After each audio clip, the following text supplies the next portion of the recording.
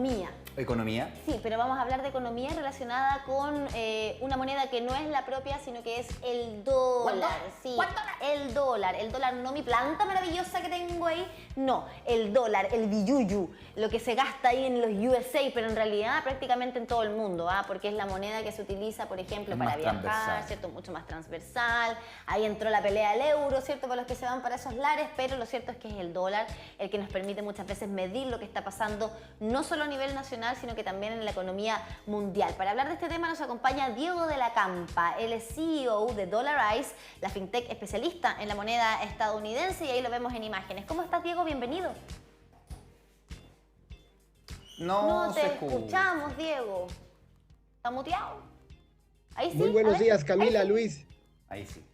Gracias por estar acá. Sí, aquí te escuchamos. Claro, este año más que nunca, bueno, el año pasado más que nunca, estábamos atentos a la variación en el precio del dólar, que en su momento incluso llegó a los 1.000 pesos. Sabemos que eso tiene beneficios, pero también tiene complicaciones. Beneficios para los que exportan, pero beneficios para los que importamos, y prácticamente en nuestro país importa todo. Entonces por ahí los precios subieron un poquitito. Y se vislumbra ya este año, por lo menos comenzando, una pequeña baja.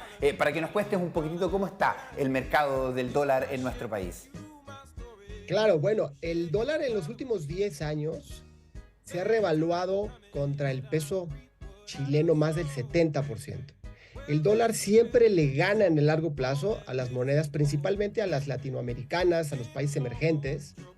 Y el dólar, cuando se va revaluando y sube de valor, no lo hace en línea recta, siempre sube, baja. Ahorita hemos visto que está ya en los 800, había estado en los 1000, etcétera. Entonces, pero la tendencia siempre a la alza es en altibajos, no es directa.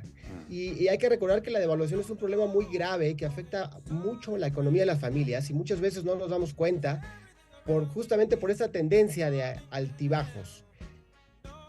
Ya, o sea, eso es importante que lo tengamos claro entonces, porque esto es así. Es bien volátil en el fondo, va cambiando... Es como mi humor. Exactamente, tal cual.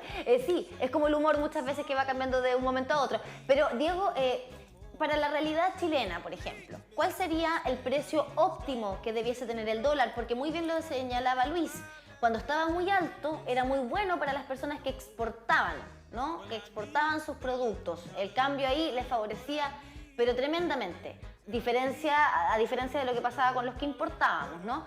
Ahora, 800 pesos está más o menos hoy, está rondando los 870, por ahí, 810, por ahí va variando, claro. Pero si está muy bajo, por ejemplo, el dólar, si al día de hoy, 2023, 31 de enero del 2023, estuviéramos con un escenario en el que el dólar en Chile estuviera a 300 pesos, por ejemplo, ¿eso sería bueno o tampoco tenemos que irnos al extremo? Acá decimos irse al chancho, nos fuimos al chancho, nos pasamos, fue demasiado. Sí, es demasiado. Ahora es muy difícil prever dónde va a estar el dólar al futuro. Es como tratar de proyectar el clima. Todo el mundo hace sus proyecciones, Camila, pero al final del día las tienen que estar revisando y revisando y cambiando, porque son demasiados los factores que impactan en cómo va a estar el precio del dólar. Ahora, en la perspectiva futuro, la Reserva Federal de Estados Unidos va a seguir subiendo sus tasas de interés, sí. Aunque sea a un menor ritmo, pero si la está subiendo porque tiene que controlar su inflación, y esto lo que hace es que tiene un efecto que hace que se revalúe el dólar aún, ¿no? Los últimos 12 meses el dólar se ha revaluado más, ¿no?, comparado con la mayoría de las monedas en el mundo, de acuerdo al US Dollar Index. Ya. Y justamente ese es el problema, porque ahora vemos que hay un problema de desaceleración o incluso de recesión, que ya se habla más de desaceleración económica. Y todo esto hace que todos los otros países tengan que subir sus tasas. Y donde los países suben sus tasas no es bueno, es todo lo contrario, porque nos sale todo más caro, la inflación sube, ¿no? Los gobiernos recaudan menos impuestos y hay una espiral que no se ve muy alentador. Ya. Pero independientemente de la etapa en que estemos, siempre es bueno estar en dólares. Nunca es mal momento de comprar dólares, ¿no? Hay un dicho que dice que nunca hubiera sido mal momento haber sembrado un árbol hace 20 años, ¿no? Por ejemplo, pero Diego, la pregunta era, ¿hay un precio ideal para el dólar, por ejemplo? ¿Hay un precio óptimo o eso siempre va a depender de todo? No hay un precio óptimo. Ya. Depende de demasiadas cosas. Puede haber una guerra en Ucrania y eso lo mueve, ¿no? Puede haber un problema en Asia, un problema en Estados Unidos. Entonces, no hay un precio óptimo. El precio óptimo es el que fija el mercado, porque es un tipo de cambio en donde es cambiante, no es como antes en donde otras décadas los gobiernos lo fijaban, ¿no? Decían, es el que tiene que estar justamente para tener el balance entre importaciones y exportaciones, ¿no? Para tener la inflación controlada, etcétera. Sí, bueno, nosotros tenemos muy buen banco central, dicho sea de paso, que es un ejemplo a nivel mundial y logró que este dólar que en su momento llegó a los 1.000 pesos no continuara subiendo y sino que ya fuera a la baja al inyectar mucho más dólares que ellos tenían, tuvieron que salir a vender papeles, ahí a hacer las movidas que hacían para poder inyectar dólares a nuestra economía y eso hacer que el precio del dólar por lo menos fuese bajando. Obviamente si miramos para atrás sabemos que los precios por lo general se mantienen al alza, a lo mejor bajarán un poquitito, en su momento por ahí hablaba con mi papá y decía en algún momento el dólar estuvo a 100 pesos en nuestro país, 200 pesos, imagínate, hoy día ya vamos en 800.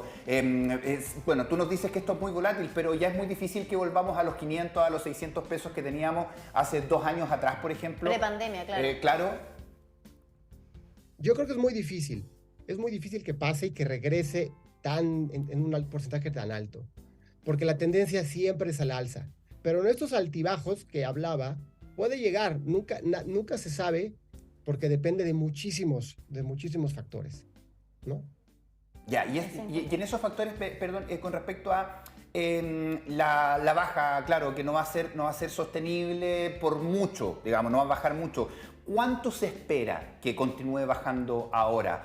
Claro, porque está obviamente todo este abanico de opciones para poder viajar, donde ya, por ejemplo, quienes viajaron el invierno pasado tenían un dólar casi a 900, sí, casi 1.000 pesos, y este verano por lo menos bajó un poquitito. ¿Cuánto más podría bajar? A propósito, para los que están interesados en bajar y comprar dólares ahora, o esperar un poquitito que podría bajar los 800, no sé, una tendencia.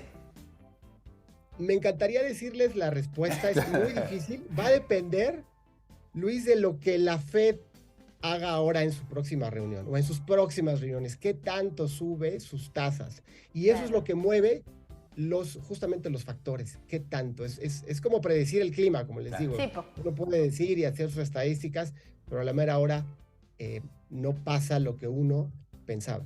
Exacto, sí, hay que estar atento entonces. Los economistas dicen que igual así no aumentar, por lo menos van a mantener la tasa de interés también en Estados Unidos. Es muy probable, así que seguramente vamos a ver este precio de 807, que efectivamente era lo que estaba, ¿cierto? 870 está el euro, pero a 807 pesos está el dólar en este momento. Ahora, con respecto a dónde comprar dólares, porque esa también es otra pregunta, ¿dónde conviene más comprar dólares? ¿En el banco, en donde sea que esté la moneda, en realidad, que se utilice donde sea que uno esté? ¿Dónde recomendarías tú hacer estos cambios de dinero? Por supuesto, bueno, nosotros en Dollarize nacimos para darle acceso a cualquier persona que tenga una cuenta de ahorro en dólares, pero en Estados Unidos, ¿no? Todas estas personas que quieren mejorar su situación económica y tener mejores oportunidades para el futuro, porque sabemos que el dólar a la larga siempre gana, nosotros ofrecemos una cuenta que se abre muy fácil, muy rápido y que está regulada en Estados Unidos, en donde la gente tiene protección no solo del dólar, sino de cualquier inestabilidad política y económica que existe.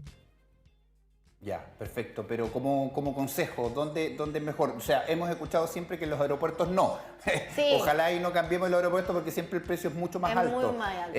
¿Dónde conviene más? ¿En un banco o en una caja de cambio? Y si es en un banco, perdón, me sumo a la pregunta, ¿en mi propio banco, o sea, en el banco donde yo tengo mis cuentas, o en cualquier banco que me ofrezca un mejor precio? Sí, eso es muy buena pregunta. Nosotros nacimos porque vimos que en muchos países de Latinoamérica es complicado abrir una cuenta en dólares. Muchas veces las comisiones son muy altas o los saldos son muy altos también, o los plazos, hay muchas condiciones, ¿no? Entonces, nosotros lo que recomendamos es que estén en las cuentas bancarias, que esté guardado en el sistema financiero y no esté dentro de un efectivo que a lo mejor está bajo el colchón. Les doy un dato, aproximadamente el 80% de los billetes de $100 de Estados Unidos están fuera de ese país. La gente tiene alrededor del mundo muchísimos dólares abajo del colchón o guardados en un lugar seguro, y eso nosotros no lo recomendamos. Es inseguro, se pueden perder, ¿no? Etcétera. Sí. Lo En mejor es en Argentina- su banco o en una plataforma como en Dólares, en donde pueden estar seguros, incluso se pueden utilizar para hacer pagos y para hacer mucho más cosas, remesas, etcétera. Claro, eso con respecto a tener inversión en el fondo en dólares o un ahorro guardado en dólares y tener cuentas como tú señalas, ¿cierto, Diego? En dólares, pero me da la impresión que tú ibas a mencionar el caso de Argentina, donde se vivió el corralito, ¿no? Sí, y allá- las personas allá- de igual manera perdieron la plata que tenían en los bancos. Y ella tiene muchos dólares guardados también debajo del colchón porque ahí les castigan por todo. Pero claro, también con Entendiendo respecto... que es una realidad bien extrema también económica Claro, y que le pero tiene una deuda al FMI, pero que... La otra pregunta también va para quien necesita sacar dólares para viajar, por ejemplo. ¿Dónde le conviene sacar esos dólares? ¿O dónde conviene comprar dólares? Conviene en donde esté el mejor tipo de cambio y donde las condiciones de cuánto le van a cobrar uno al mes, cuánto le cobran uno de apertura, sean favorables para la persona. Y también que la persona vea que es fácil abrirla, ¿no? Porque si no, uno le va a estar dando trámites y trámites y te tardan muchos días y le van a decir que no, por ahí no, en donde sea más fácil y donde el costo sea menor. Ahora, para viajar, utilizamos como está en la cuenta bancaria, y es lo que nosotros recomendamos, no traer efectivo, pues entonces ya se puede utilizar, ya sea cuando uno viaja a Estados Unidos y puede hacer su ahorro. Y hablan del caso de Argentina. Ese caso de Argentina sí es un caso muy extremo, ¿no? En donde la devaluación está en los miles, ¿no? La inflación está en los cientos, si hablamos el último año. Entonces, es muy importante tener algo en dólares. Nosotros lo recomendamos. Es una forma segura de poderse proteger y generar oportunidades al futuro, ¿no? No tanto estamos pensando en inversión, ¿no? Y que exista un riesgo. Aquí no hay un riesgo porque, bueno, toda inversión tiene riesgo, pero aquí estamos sugiriendo la moneda más segura o de las más seguras del mundo y las más utilizadas del mundo. Y para comprar, por ejemplo, ¿conviene más comprar en el extranjero en dólares o hacer el cambio a la moneda chilena en este caso? Comprar, todo depende de dónde esté uno. Si ya uno tiene su cuenta bancaria, revise el tipo de cambio en su banco y si ya tiene su cuenta en dólares o plataformas en Estados Unidos como Dollarize. Revisa uno las comisiones y ahí es donde depende cómo uno puede meter el dinero, cómo puede convertirlo, ¿no? Tiene que uno ir con su efectivo o puede ser una transferencia bancaria, etcétera. O sea, tiene que ver uno con la facilidad también, ¿no? Sí, anticiparnos yo creo también a lo que pueda pasar en términos económicos es súper bueno y quizás empezar a incorporar estos conceptos porque Diego, te comentamos también acá en nuestro país y lo hemos hablado con muchas personas de distintas áreas y todas coinciden en lo mismo, la educación financiera en Chile es, si no muy deficiente, es nula. Paupérrima. Tenemos lamentablemente poca educación financiera en el sistema educativo, por ejemplo. Cuesta que se empiecen a incorporar este tipo de conceptos, empezar a enseñarnos cómo invertir, cómo ahorrar, ¿cierto? Cómo llevar nuestras cuentas el día de mañana, ¿cierto? Porque no necesariamente tenemos que ser personas millonarias o dueñas de empresas para tener claro cómo manejar nuestras finanzas. Claro. Y muy bien lo saben aquí las y los dueños de casa, particularmente la dueña de casa que se transforma en una administradora de cuentas, de dinero, del hogar, de la despensa, ¿cierto? Pero en la práctica se va aprendiendo y muchas veces cometiendo errores, ¿cierto? Por no saber que existen herramientas que hoy día se van sumando, por ejemplo, a través de los medios digitales. Yo creo que 10 años atrás era impensado pensar tener una cuenta digital.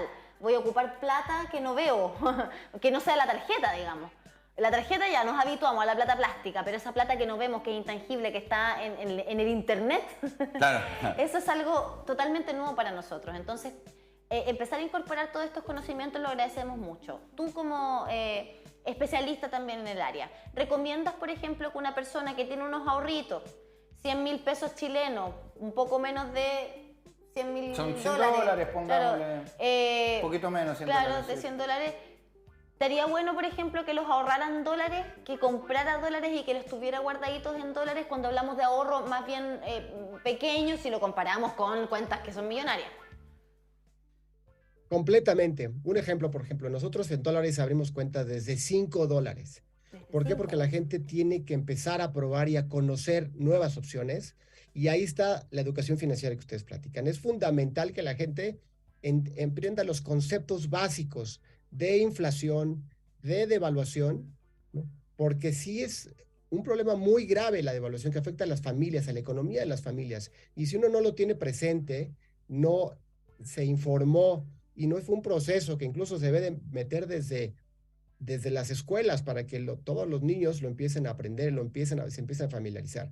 Entonces, justamente sí, un ama de casa o cualquier persona debe de empezar a ampliar sus horizontes y de hacer formas diferentes, porque todo mundo, la mayoría de las personas tienen su dinero en su banco y no ven más allá, no ven que puede haber oportunidades en otras fintechs, por ejemplo, en otras instituciones financieras de otros países, y que además el mínimo, como en nuestro caso de $5, le puede ayudar a probar y empezar a aprender y empezar a ver cómo se protege, empezar a ver cómo genera oportunidades, cómo genera rendimientos, y eso tiene que estar ya como parte de las finanzas de la casa desde siempre. Hay que enseñar a la gente esos conceptos. La educación financiera es básica, porque de la otra forma la gente no toma acción, no cambia su situación y no se da cuenta. En este caso, la inflación y la devaluación va a ir poquito a poquito cada año mermando el poder adquisitivo, reduciendo el potencial económico de una familia. Y pasan 10 años y si uno hace la cuenta, se va para atrás, porque a lo mejor trabajó 10 años, pero es como si hubiera trabajado nomás 6 o 7, porque su dinero vale menos. Y si lo hubiera colocado de diferente forma, hubiera tomado acción, hubiera sido otra historia. A lo mejor es que se hubiera trabajado 15 años, porque hubiera ganado mucho más. Y eso es justamente lo que tenemos que enseñar a las personas. Sí, sin duda, sobre todo con el tema del precio del dólar, porque hoy día tenemos muchos más tratados de libre comercio, todo nos afecta precisamente lo que pasa al otro lado del mundo, no estamos aislados precisamente de los vaivenes de la economía mundial, así que, estimados, muchísimas gracias por estar con nosotros y enseñarnos un poquitito de lo que significa también la economía a través del dólar. Un abrazo. Gracias, Diego. Un abrazo, gracias, que estén muy bien, buen día.